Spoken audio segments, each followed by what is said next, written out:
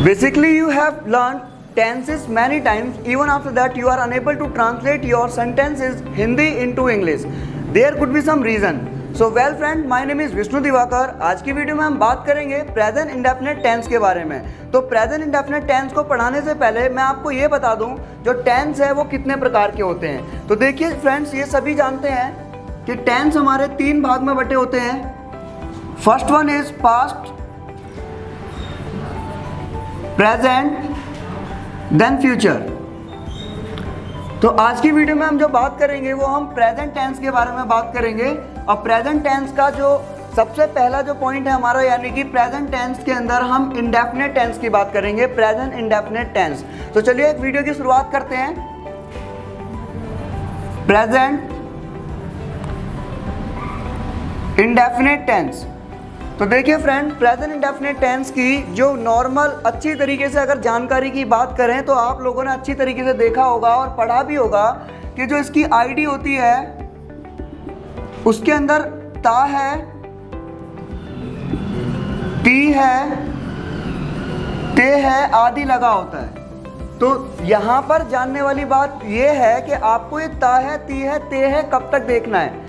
आपको ये सब चीज़ें ना देखते हुए इसके एक्चुअल कॉन्सेप्ट को समझना है कि कहाँ पर ता है, ती है, ते है का प्रयोग जो है किया जाता है। तो चलिए मैं आपको बताता हूँ। सबसे पहले आपको क्या देखना है, अगर हम बात करें किसी हैबिट की, यानी कि जिसे हम बोलते हैं आदत, कोई भी आदत, जैसे मेरा दोस्त नेल्स बाइट करता है यानी कि नाखून चबाता है, मेरा दोस्त वो डांस करता है, उसकी डांस करने की आदत है, मेरा एक फ्रेंड है वो बाइक बहुत तेज चलाता है। यानी कि जब भी हम किसी की आदत की बात करेंगे, हैबिट की बात करेंगे, तो वहाँ पर अपने आप ही ता या ती एंड में लग जाएगा।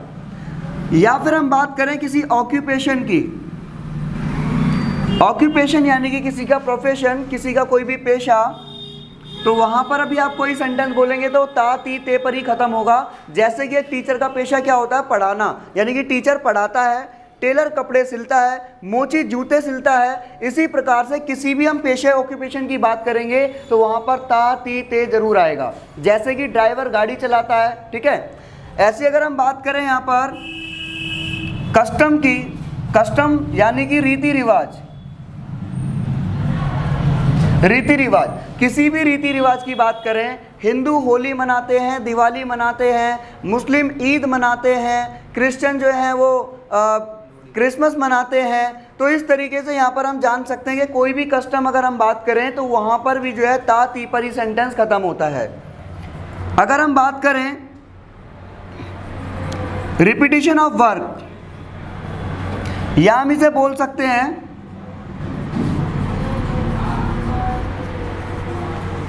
डेली रूटीन, यानी कि daily schedule.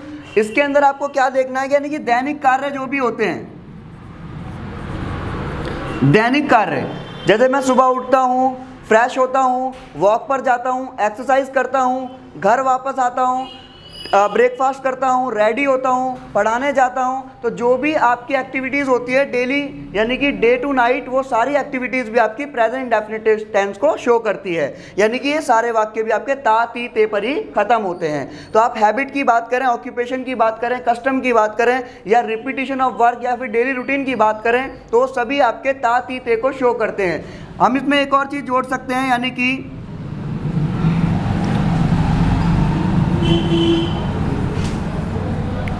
Universal truth. Universal truth यानी कि सर्वव्यापी सत्य जो ना कभी बदला था, ना कभी बदला है और ना ही कभी बदलेगा।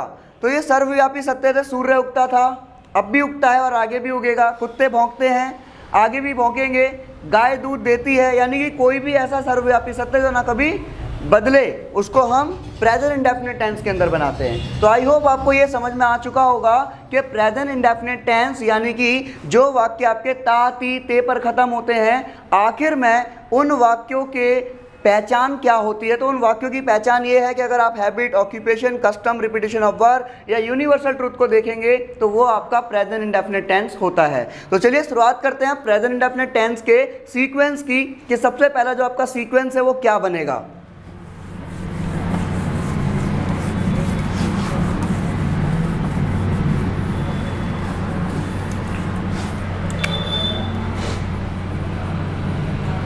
जो आपका पहला सीक्वेंस होगा यानी कि इंडेफिनेट के अंदर जो पहला सीक्वेंस बनता है वो अफर्मेटिव का बनता है, ठीक है।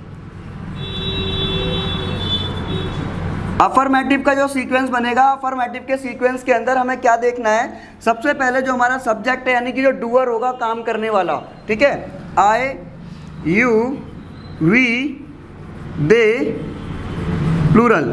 तो याद रखें आप इन सारे डूअर्स के साथ, सब्जेक्ट के साथ आपको first form of the verb plus object का यूज करना है। और अब जब हम बात करेंगे ही, शी, इट या कोई भी नेम, या फिर हम बात करें किसी भी सिंगुलर, तो इन सब के साथ आपकी वर्ब की फर्स्ट फॉर्म प्लस एस और ई एस प्लस ऑब्जेक्ट का यूज होता है। तो मैं आपको यहाँ पर बताना चाहूँगा कि प्रेजेंट इंडेफिनिट टेंस जिसके अंदर अगर आप इन सब्जेक्ट्स को देखते हैं तो उसके बाद आपको there is no need to use is, am are, was, were, has, have, कोई भी हेल्पिंग वर्ब यूज नहीं करनी है। आपको सिर्फ और सिर्फ वर्ब की फर्स्ट फॉर्म लिखनी है और ऑब्जेक्ट लिखना है, ठीक है। और उसके बाद अगर यहाँ पर बात की जाए किसकी, सिंगुलर सब्जेक्ट्स की, ही, शी या किसी का नेम या कोई भी सिंगुलर अगर चीज़ की बात की जाएगी, उसके साथ वर्ब की फर्स्ट फॉर्म के साथ एस या ई एस का यूज़ किया जाता है। अब ये एस या ई एस का प्रयोग जो है वो कहाँ होता है, देखते हैं, मैं आपको बताता हूँ सबसे पहले कि एस तो आपका लगेगा ही लगेगा इनके साथ में कोई भी सेंटेंस बनाओगे तब, पर ई एस आपका कहाँ लगेगा। तो देखिए ज़रा यहाँ पर सबसे पहले सिंगुलर सेंटेंसेस बनाने के साथ में ही जब इनके साथ में कोई वर्ब आएगी जिस वर्ब के अंत में ओ, एक्स, सी, एच, एस, एच या डबल एस या जेड होगा, तो इन वर्ब के साथ में ही आपको ई एस को जोड़ना है, ठीक है। और अगर आपका ये सब नहीं आता है इनके साथ में, तो वहाँ पर आपको क्या लगाना है, एस लगाना है, ठीक है। तो चलिए शुरुआत करते हैं, कुछ एग्जाम्पल्स ले लेते हैं इसके कि किस तरीके से आपके सेंटेंसेस बनेंगे।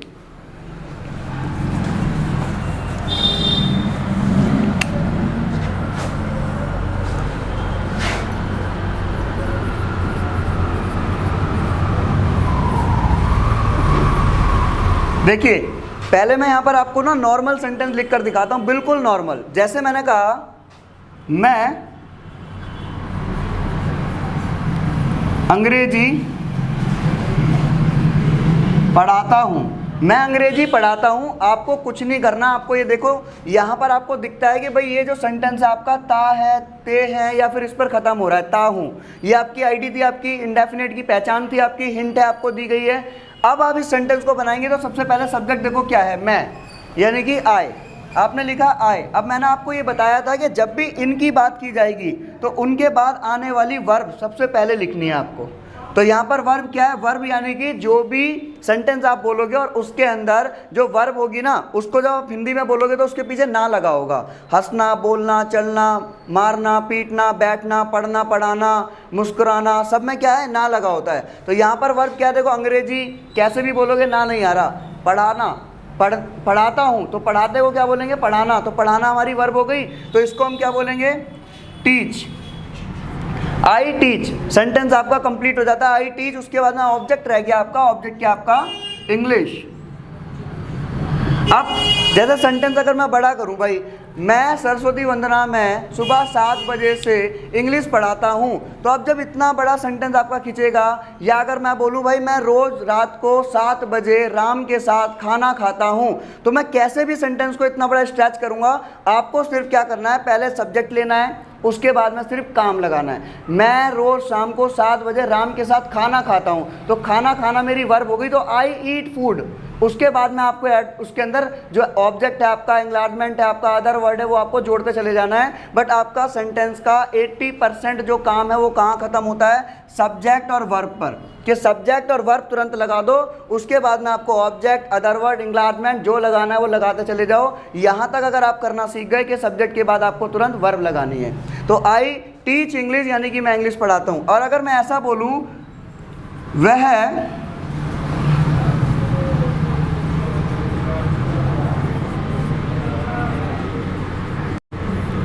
वह अंग्रेजी पढ़ाती है, तो वह अंग्रेजी पढ़ाती है, तो यहाँ पर हमारा ये सिंगुलर वाला आ गया। सिंगुलर में क्या है, शी का यूज़ किया गया है, क्योंकि ताती यानी कि लड़की है यहाँ पर, तो शी, और पढ़ाने को क्या बोलेंगे, टीच। अब यहाँ पर आपको जो गौर करने वाली बात है वो क्या है, जैसा कि मैंने अभी आपको एग्जाम्पल स्टार्ट करने से पहले बताया था कि अगर इनके साथ में, सिंगुलर के साथ में वर्ब के अंत में वर्ब के अंत में अगर आपका O H C H S H या डबल एस या जेड आता है तो ई एस लगाना है। तो यहाँ पर देखिए टीच में सी एच आ रहा है और यहाँ पर सी एच के बाद में ई एस का यूज़ बता रखा है, तो यहाँ पर आपको सी टीचेस और इंग्लिश, सी टीचेस इंग्लिश, इस तरीके से आपको यूज़ करना है। तो ये तो हो गया आपका इंडेफिनेट सेंटेंस कि अगर आपका प्लूरल कोई भी सेंटेंस यानी कि मैं की जगह हम होता, हम अंग्रेजी पढ़ाते हैं तो वी टीच इंग्लिश, ठीक है, वे अंग्रेजी पढ़ाते हैं दे टीच इंग्लिश, आराम से आप इस सेंटेंस को बना सकते हैं। और यहाँ पर सिंगुलर होता अगर कोई भी यहाँ पर अलग, जैसे कि मैंने कहा वह खाना पकाती है तो सी पकाने को क्या बोलेंगे, कुक।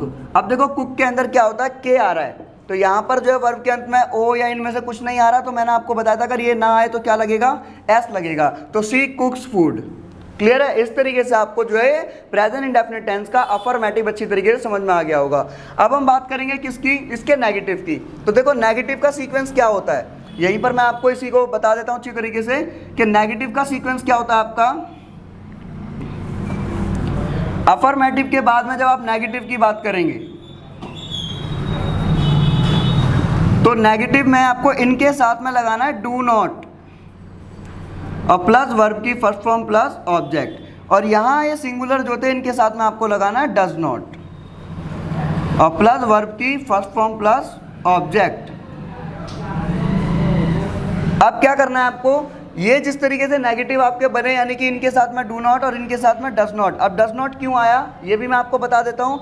जैसा कि मैंने आपको अफर्मेटिव में बताया था कि इनके साथ में आने वाली वर्ब के अंत में अगर आपका O H C H S S या डबल एस या जेड आता है तो ई एस लगता है। तो देखिए यहाँ पर जो डू है ये हमारा ओ पे खत्म हो रहा है और इसीलिए यहाँ पर जो है पहले से ही ई एस जो है पुट हो रखा है, और इसके बाद में आने वाली जो वर्ब होगी उसमें अब आपको एस ई एस लगाने की जरूरत नहीं है। क्यों? क्योंकि वो यहाँ पर लग चुका है। तो नेगेटिव वाले सेंटेंस में आपको एस ई एस नहीं लगाना है। अगर मैं इन सेंटेंस को अगर जो है नेगेटिव बनाता हूँ कि मैं अंग्रेजी नहीं पढ़ाता हूँ तो सेंटेंस बनेगा आई डू नॉट, और पढ़ाने को बोलते हैं teach English, I do not teach English.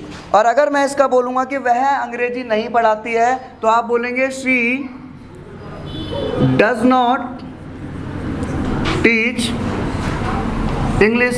अब देखो यहाँ पर डज नॉट आ गया, यहाँ पे डज लग गया, इसलिए हमने यहाँ पर टीच के अंदर ई एस को नहीं जोड़ा है। तो याद रखना जब आपका सेंटेंस नेगेटिव में होगा और वहाँ पर आपको डज का प्रयोग किया गया है तो वहाँ पर आने वाली वर्ब में ऐसे ई एस का यूज़ नहीं करेंगे, ठीक है। तो ये हो गया आपका नेगेटिव का। अब हम बात करेंगे इंटेरोगेटिव की। इंटेरोगेटिव यानी कि जब आपसे प्रश्नवाचक जो है वाक्य बनाने के लिए बोला जाए, क्या वाले सेंटेंस बनाने के लिए बोला जाए, तो आपको क्या करना है, तो उस जगह पर आपको नेगेटिव की जगह पर आप क्या यूज़ करोगे, आप इंटेरोगेटिव।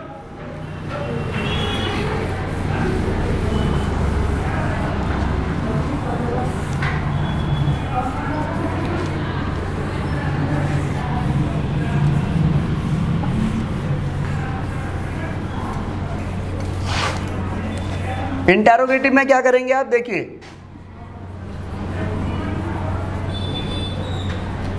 इंटेरोगेटिव में आपके क्वेश्चन वाले वर्ड बनेंगे यानी कि प्रश्नवाचक वाले। प्रश्नवाचक में क्या होगा, जो आपके सिंगुलर यानी कि जो आपके आई यू वी दे प्लूरल का हम यूज़ कर रहे थे उससे पहले हम लगाएंगे do plus I you we they plural, इसके बाद आपको first form of the verb plus object का यूज़ करना है, ठीक है। और जब हम सिंगुलर की बात करेंगे तो उनसे पहले लग जाएगा डज शी ही इट या कोई नेम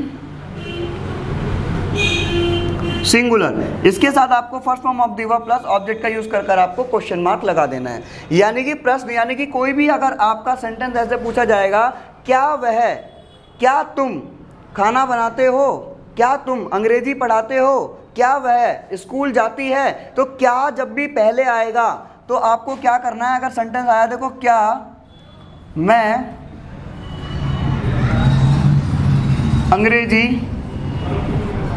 पढ़ाता हूँ, क्या मैं अंग्रेजी पढ़ाता हूँ, तो यहाँ पर आपको क्या देखना है, इनको ना उल्टा करना। देखो अब क्या मैं अंग्रेजी पढ़ाता हूँ तो आपको डू आई, ठीक है, क्या मैं डू आई, तो यहाँ पर देखेंगे डू आई डू यू, क्या मैं, क्या तुम, क्या हम, क्या वे। तो यहाँ पर हमारे को क्या लिखना है, पहले आपको डू लिखना है, उसके बाद में सब्जेक्ट, उसके बाद में वर्ब लगना है। Do I teach English, do I teach English.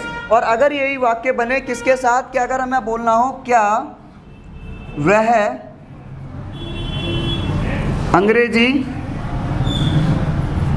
पढ़ाता है, क्या वह अंग्रेजी पढ़ाता है? तो यहाँ पर हम क्या बोलेंगे, देखो डज, क्योंकि ये सिंगुलर की बात हो रही है, क्या वह, तो डज ताती में है तो इसका मतलब ही, तो डज ही, और काम क्या है, पढ़ाना, teach English, does he teach English. तो यहाँ पर आपको पता चल चुका कि अब आपको क्या करना है, क्या वाले वाक्य होंगे, इनके लिए आपको डू पहले लगाना है, इनके लिए आपको डज पहले लगाना है। अब क्या करेंगे हम, इसी के अंदर ही सेकंड इंटरोगेटिव यानी कि WH फैमिली वाले जोड़ देंगे।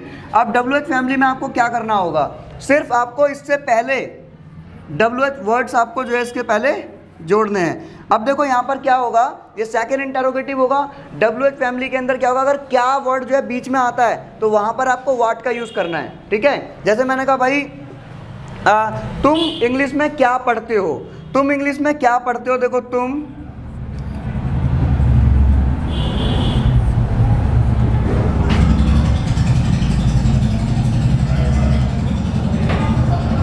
तो अब यहां पर देखो ये जो क्या वर्ड है वो बीच में आ रहा है, अगर क्या वर्ड पहले आएगा तो डू डज का प्रयोग होगा, अगर क्या वर्ड स्टार्टिंग में ही आए तो आपको यहां पर लिखना है व्हाट डू यू